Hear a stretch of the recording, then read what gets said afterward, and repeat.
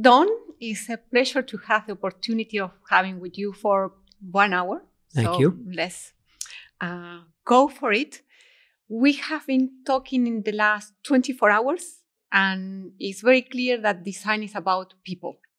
And so one of the skills that we need to improve, or you suggest, particularly in your new book, Design for a Better World, that we need to improve is our understanding of people. So how do we go about being better at understanding people in different contexts and situations? Actually, I think design is not so much about people as about people interacting with anything. People interacting with the environment, people interacting with the devices that we build, people interacting with other people. So it's not just a person in isolation, in other words. But this means that we have to understand situations, activities, the impact of everything upon people's behavior. So people's behavior is, well, first of all, people are not logical. That's important because logic is actually invented. It was invented by people, by philosophers and mathematicians, but it's not how people think and behave. If it were, it would be easy to learn logic, but it's not easy to learn logic. So people, first of all, we try to understand things. That's the cognition part of people.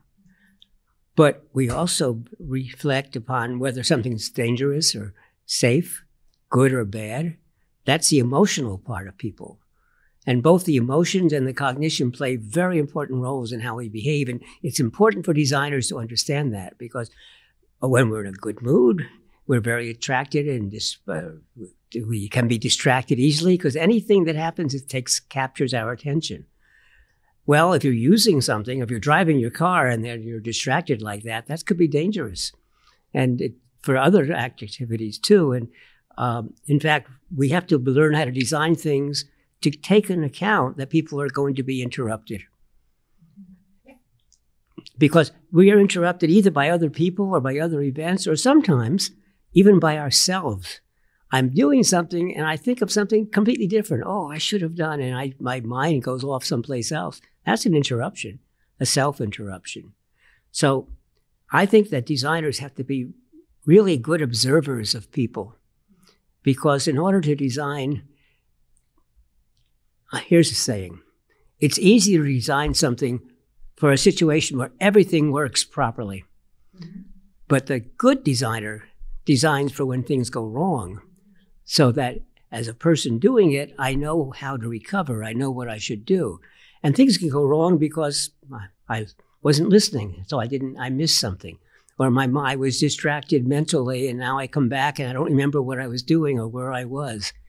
I mean, how many times have you said, you're talking to somebody and you suddenly tell a little story or something, and then you say, oh, what was I saying? Well, we should design for that to help people. Nurses, for example, are interrupted like every couple of minutes, and they lose track of what they were doing. And the equipment they're using isn't designed for that. And so they often make errors because they forgot that they were halfway through setting something up, and now they have to start over again, not from the beginning, but from halfway. So, yeah, designers have to be really sensitive to everything. It's very interesting that you mentioned the nurses, because I have been observing nurses. There is a design consultancy in the US that design a space, is very easy to apply, for nurses not to be interrupted. And I realized, while observing nurses, that it could be that the ideal situation is not to interrupt the nurse when preparing the medications. But you cannot avoid being interrupted or being distracted in a hospital. The hospital is a space that is full of interruptions and full of distractions. So you need to acknowledge that reality. Because actually, when you interrupt the nurse, when a doctor interrupts the nurse, mm-hmm. It's because the doctor has a problem. The doctor is taking care of a patient and now doesn't know whether the patient, say, was administered a medication or what the results were of a test. And the doctor needs to know immediately. So runs over to the nurse and asks. but that interrupts the nurse. But if the doctor couldn't do that, it would interrupt the treatment of the patient. So it's a very complex situation. So I know that some places that put signs on nurses that says, don't interrupt. And as you point out, there are times that it's okay to interrupt and times that are not. But from the interrupter's point of view, no, I have to do something important and I need to get this information. So it's a very difficult thing to design for. So I argue that we had to at least design the equipment that people were using that accounts for this and allows you to remember exactly where you were. But the nurses I saw a nurse looking up information about the patient and writing it on their hands. And I'm saying, why are you doing that? The whole point of having it on the screen was so you wouldn't make errors in transcription. And the nurse said, look, I get interrupted. And when I'm interrupted for more than some period of time, like 30 seconds, the machine automatically turns off. So that, because we have to protect the privacy of the information. And so it takes me so long to get back to where I was that the only way to be efficient is to write it someplace. And so again, here we designed the machine to protect the privacy, but the result was perhaps increasing error.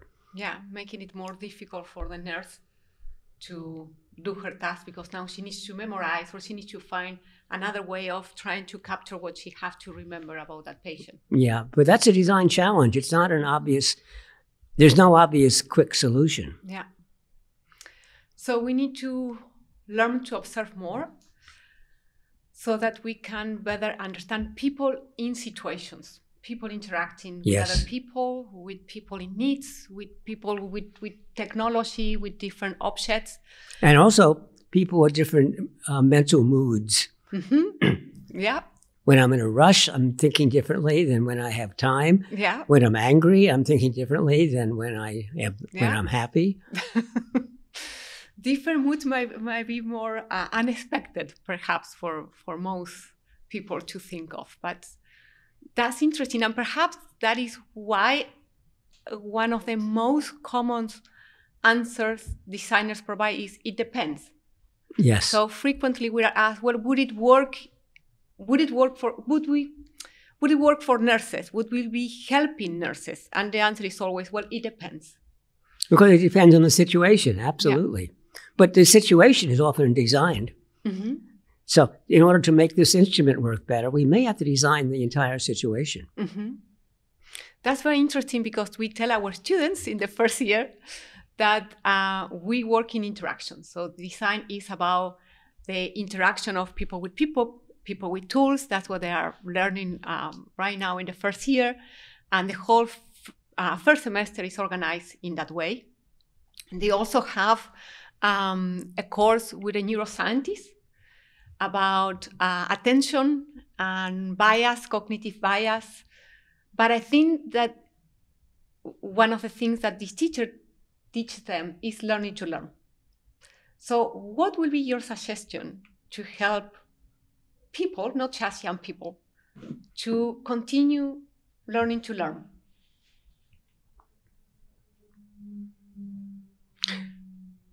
That's a good question. And it's a point I believe in strongly, that you have to live your whole entire life always learning. And you can learn by teaching yourself, you can learn by observing, you can learn by reading, you can learn by asking people questions. There's a topic you want to know, find somebody who knows about it and ask them. But it has to be thought of as something that's interesting and exciting, that you enjoy. If you think of it as a chore, that I have to do this, I have to study something so many hours a week or whatever, no, it won't last.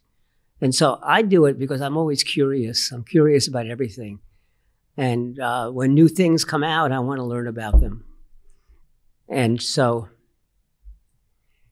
I think we have to devise a situation whereby the learning is natural, and maybe we do it in the school system, get them started. But, well, let me talk about computer games or video games. People love them. not everybody, but a lot of people who love them, a lot of people who actually are bad at learning at school. But when you play these games, you have to learn a tremendous amount. And the people who play them, they learn them by playing games, but they also learn them by trial and error. You learn, I get myself in a situation, and now I don't know what to do. And so what I do is if possible, I save the state. Some games let you do that. And now I can try this operation. And if it fails, I go back to the earlier state and I try that operation. And I experiment and I learn, which is everything we want people to do. We also ask our friends for advice, for tricks and hints and so on. And we even read books for popular games. There are books about playing them. And so in other words, they're engaged in all the activity we want people to do for real topics, but they're doing it for the games because they enjoy it. Now, why can't we make real life just as interesting as the game? That's a good point, because playing is also a way that we learn. And we do that actually in things that we care about, like sports. Mm-hmm. People have an amazing memory for all the activities that took place in the sports and what each player was good at and where they fouled up or where they did something brilliant and wonderful. Why not for the things that your job or your career? Yeah. So we need to try to play more. Well, or not, or make. Why is it that we consider work different than play? Yeah. Why not make work and play the same thing? Yeah. Now, I've been lucky in my career that I enjoy what I'm doing. And so I'm enjoying talking to you. I'm enjoying writing the books that I write. And I enjoy teaching. And so learning how to do this better and learning the new things that are happening in the world so that I can talk about it and teach people about it, to me is playing. Okay. People ask me if I have hobbies. Mm-hmm. And I say, no, why would I have a hobby? A hobby is for people who are bored with their work or bored with life. I'm not bored. So it's a matter of interpretation. Some people might interpret play as something that is for children, playing as something that happens outside for work. We tend to separate things. Well, no. The people who think play is for children, do they watch sports? Some might. Some might not. It depends. It depends on the people, but lots of people watch sports games. And they are old, and the players are often old. Well, not as old, but yes. And because it's something you enjoy. Yeah. It's not just for children. And related to this, to playing and to having space, we were talking recently about the need for reflection and the importance of reflection. What would you say about that? Why do we need to take time or stop and reflect? Well, because I say we should learn from life, but you only learn when you sit back and rethink and reflect upon what you're doing. In fact, what I do in my life, I think, is reflect. I usually am doing things I don't understand, and I don't know what I'm doing. And I deliberately do that because every couple of years I decide to learn a whole new topic and go in a whole new direction, and I don't know what it's about, and I make mistakes, errors, and I have to reflect upon that and learn. And I was commenting about leadership the other day, that people say I'm a good leader. No, I'm not, because what happens is when I start a new group, I don't know what I'm doing. I don't know what the goal of the group is. And I'm sort of trying this and trying that, and everybody thinks, well, I thought he was a good leader. He doesn't even know what he's doing. But what I'm doing is I'm trying out many things, and I'm listening to all the people who are criticizing, but making suggestions. And then it may take me a year, but I'm continually reflecting upon what I'm hearing and learning. And after about a year or so, I'm starting to put it together. And then I begin to see a crystal clear understanding of where we should be moving and what we should be doing. And that sounds like leadership, yes. But it comes after a year or two of fumbling around and not being very effective.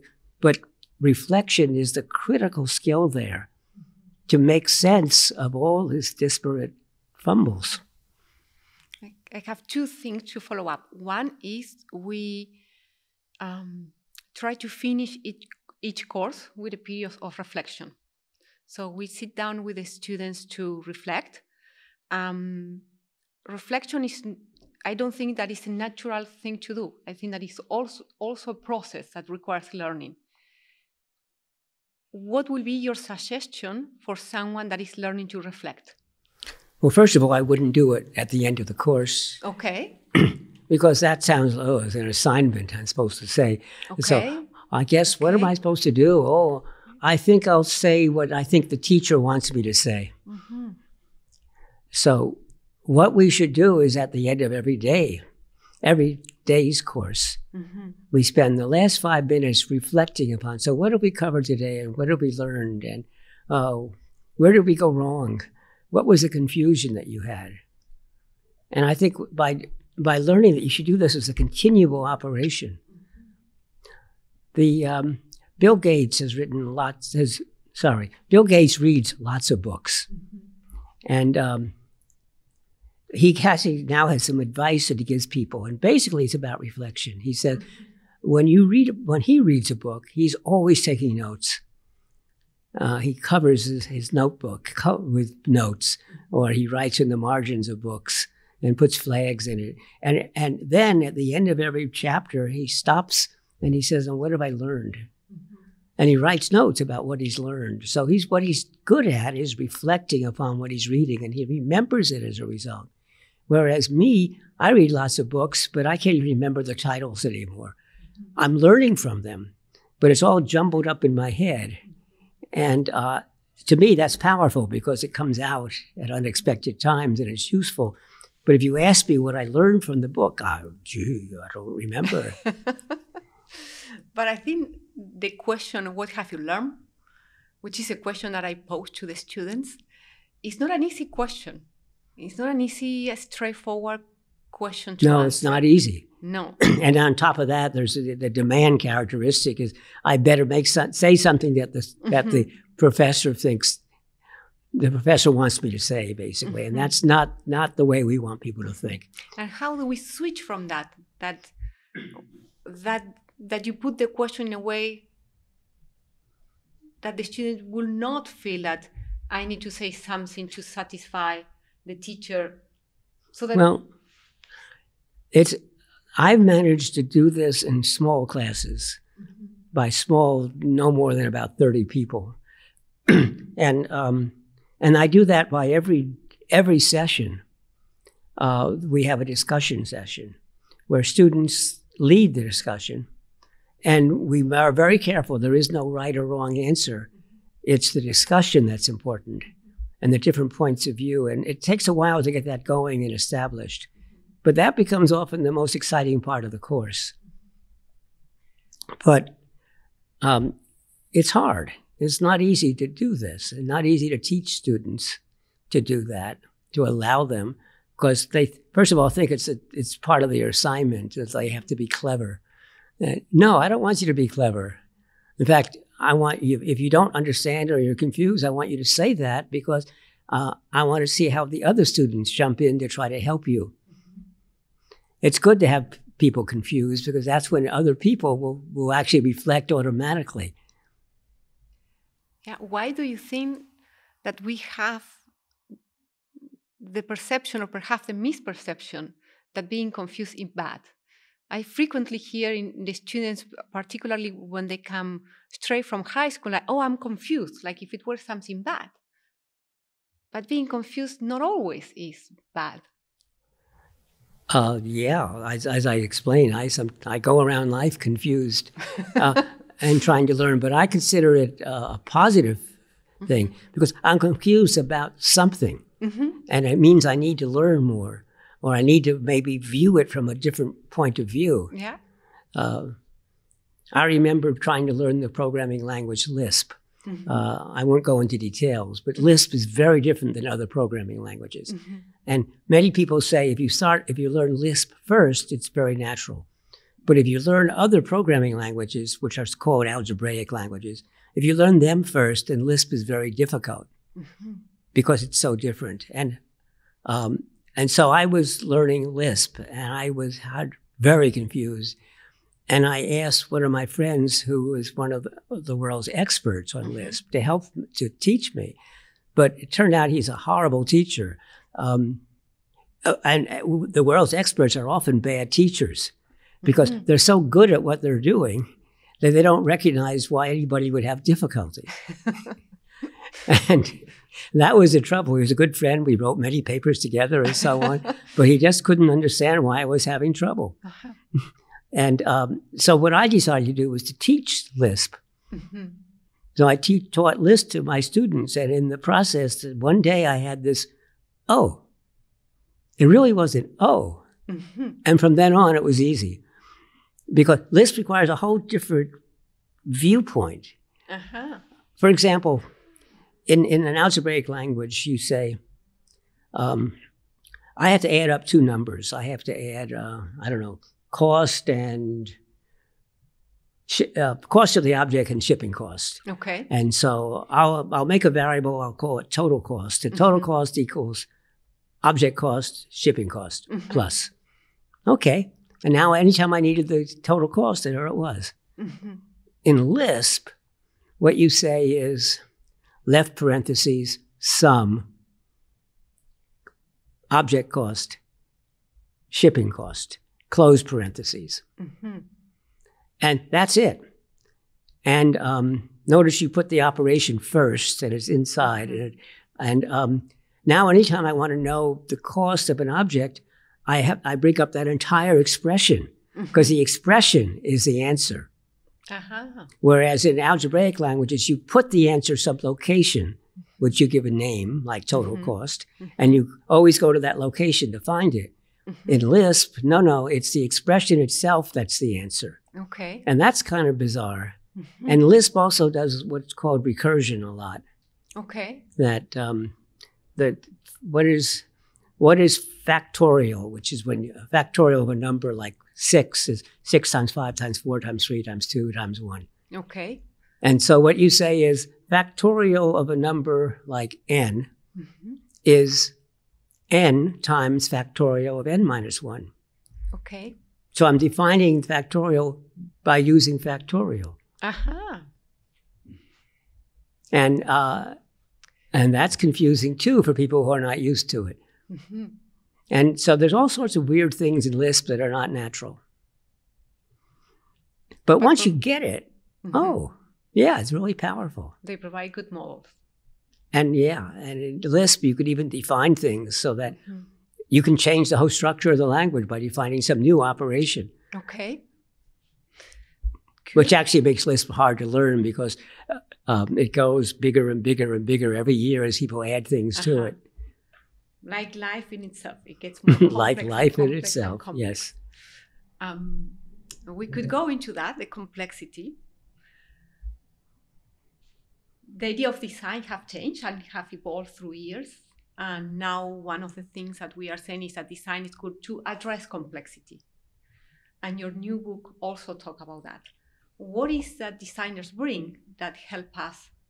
Well, first of all, I'd say that people often don't want complexity, they want simplicity. And I say, no, simple is in the mind. When you understand something, like my friend who was an expert at Lisp, it was so simple that he couldn't understand why anybody would have trouble. And simplicity is in the mind. And once you get to know something, it's simple. Is it easy to drive? Do you find it simple to drive a traditional car? Probably, if you've been driving for a while. But remember remember how hard it was to learn to drive?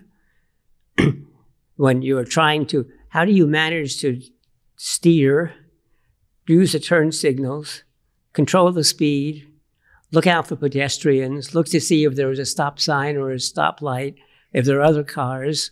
How do you do all at once and manage? And when you start going, you're driving very slow, but it feels really fast, and everything is happening. And after you've been driving it can take several years. It's automatic, and you don't have to think about it. You're doing something else with your mind while you're driving. It's easy, isn't it? Yeah. But it was hard to learn because easy and hard are in the mind, not in the world. And simple is in the mind. Once you understand something, everything is simple about that thing. Complexity is, the world is complex, yes. But when we design something, the complexity has to match the complexity of the task. If you design something that doesn't have very many controls, you find it difficult to do a complex task. Yeah. So, the designer has to do two things. One is match the complexity or disguise it. So you only show the parts that are needed at the moment, but it makes it possible to bring in the other components or to structure it in such a way that it appears to be natural. By natural, it means it fits the activity you're doing. Okay. And I wrote a whole book about that. It's called Living with Complexity. Yeah. We, in this moment of changing of design, which is not that have changed now, we have changed always, are trying to have new names. And we were talking about that recently. We passed from user-centered design to human-centered design to people-centered design to planet-centered design, and we can go on and on and on. And during, we have many discussions during the Futures of Design Education initiative that you initiated with IBM and a large group of people. And in one of the conversations, one of our colleagues said, isn't it time to decentralize design?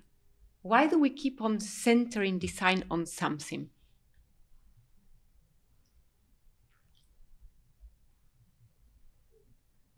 What do you mean by decentralize?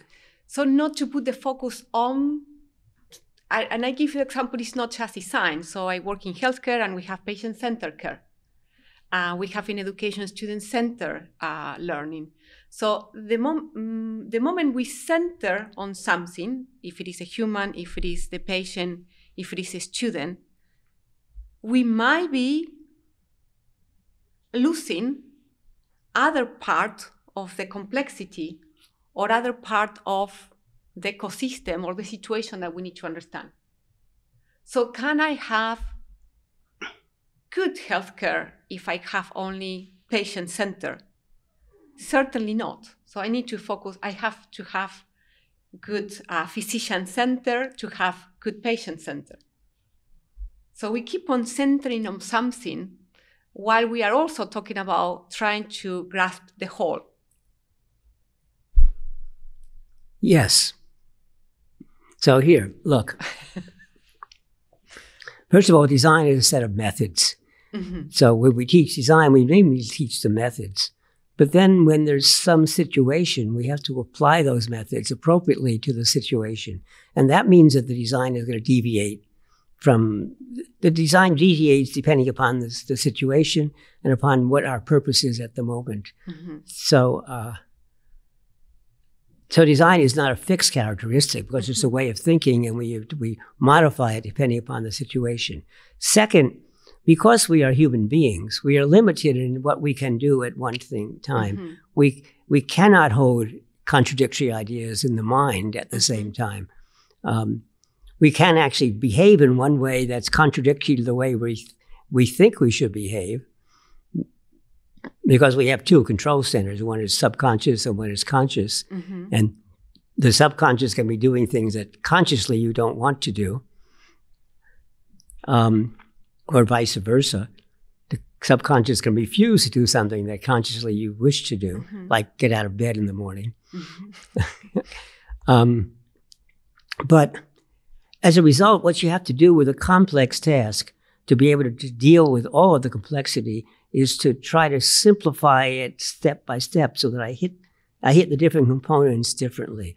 And to take an example that you used in the care of medical patients, we should focus upon the how it's viewed by patients, but we also must focus upon the kind of view that the physician has, that the nurses have, that the technical staff has, that the administrative staff has. Because unless all of these are positive, You're not going to have a positive result for any of the single parts, whether it's patients or physicians or nurses or technical people or administrative people, because it's all part of a system. And if any part is broken, it can break the entire thing.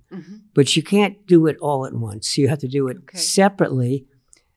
But you have to be careful, because if I optimize each individual component separately, it may not mesh together when you put them together. Yeah. So then we have to make sure that they are consistent and holistic, and that it's, to the people, it's one cohesive system, not separate. Right now, it's mostly separate, completely separate, different activities by different people, different status symbols, etc. We have to change that.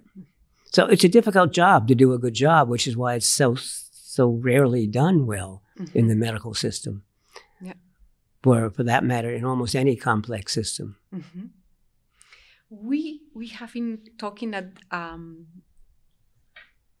there are a lot of words today or terms that are understood differently. Sustainability is one of them, design is one of them, and design research is another one. So even in design schools, design research is understood differently from one school to the other one. And from the school to the organizations where designers will go to work is also understood differently.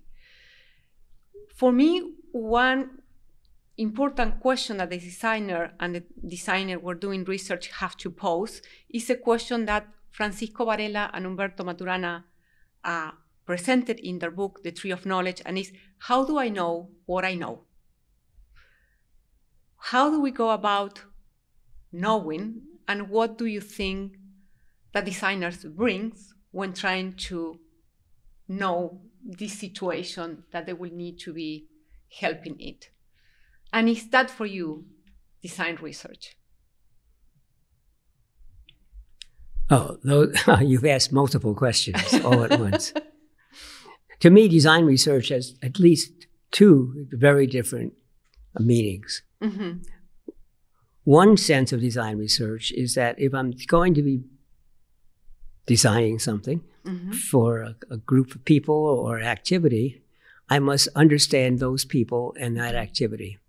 And so I do research about the task that I'm being asked to do, about the people, about the activity, and maybe about the existing solutions or things that they are using, and maybe existing devices that might be useful. So that's research in which I'm trying to get myself familiar with all I need to know to solve the problem. A second component is what is normally called research in the academic sense, which is where I'm trying to develop new principles and new kinds of knowledge. And that's a very different kind of activity. And I'm trying to understand the thinking process, and I'm trying to understand the discovery process. I'm trying to understand new tools that might be able to assist in doing the different components of design. And that's a very different set of activity and requires different kinds of talents. And that, in many fields, research means only the latter. But in things like marketing, research means both of these. And in design too. And in design, yes. Good. The other question you asked is,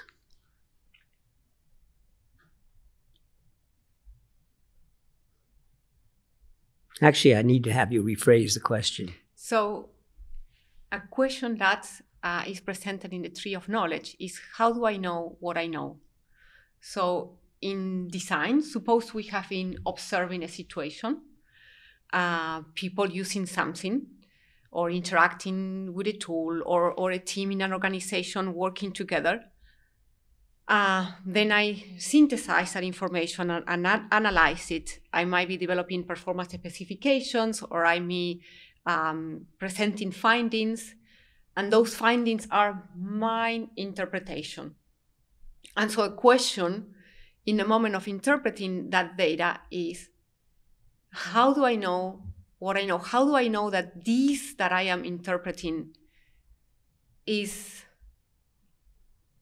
the best interpretation, and yes, the best way to go about the analysis is to do it in multidisciplinary teams so that you can bring the lens of the anthropologists or the sociologists or the engineering or the physician, whoever team we are working with.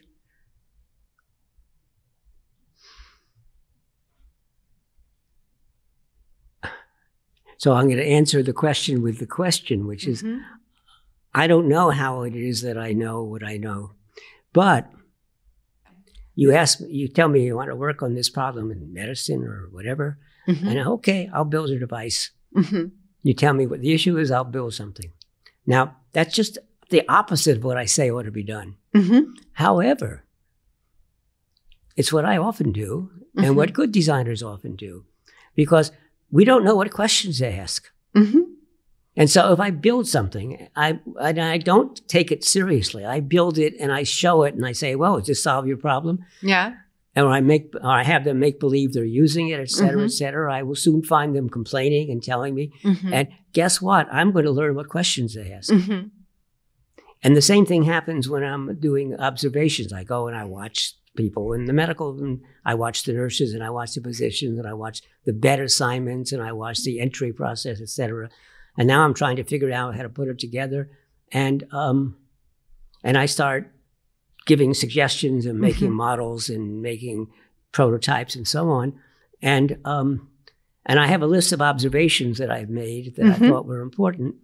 But in the process, I might find something that isn't working right. And then I suddenly remember, oh, wait a minute. And I go back to, say, the video records or something, and I see that, yeah, I remember you did this weird thing, and I didn't know what to make of it, so I ignored it. But now I see how important it is. So it's quite often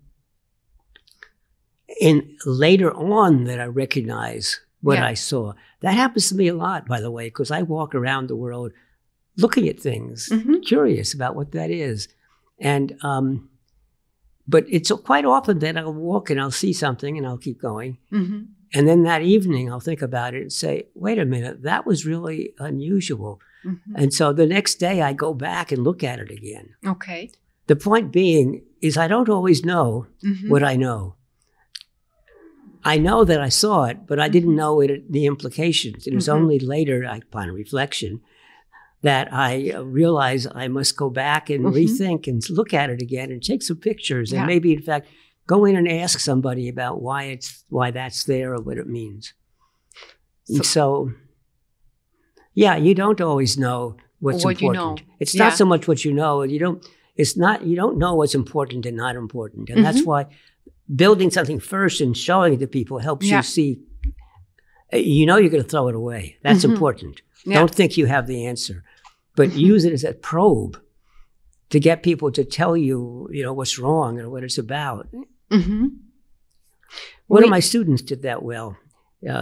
Mike Williams. He did this at Xerox Palo Alto Research Center, and what he wanted to give advice about a restaurant to eat. Okay. And the normal way you do this is you say, "What kind of food do you want?" Or this, that, and the other. And he said, well, he's been to lots of groups trying to find out what they wanted to eat, and they don't know what kind of food they want to eat to start with.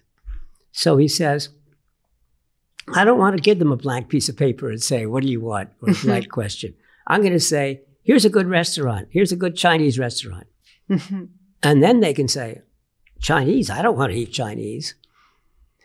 And then by giving them suggestions, they can reflect upon them and they'll tell you what they want and what they don't want. Italian? Yes, but I don't want all this stuff from southern Italy. I want the northern Italy. Okay.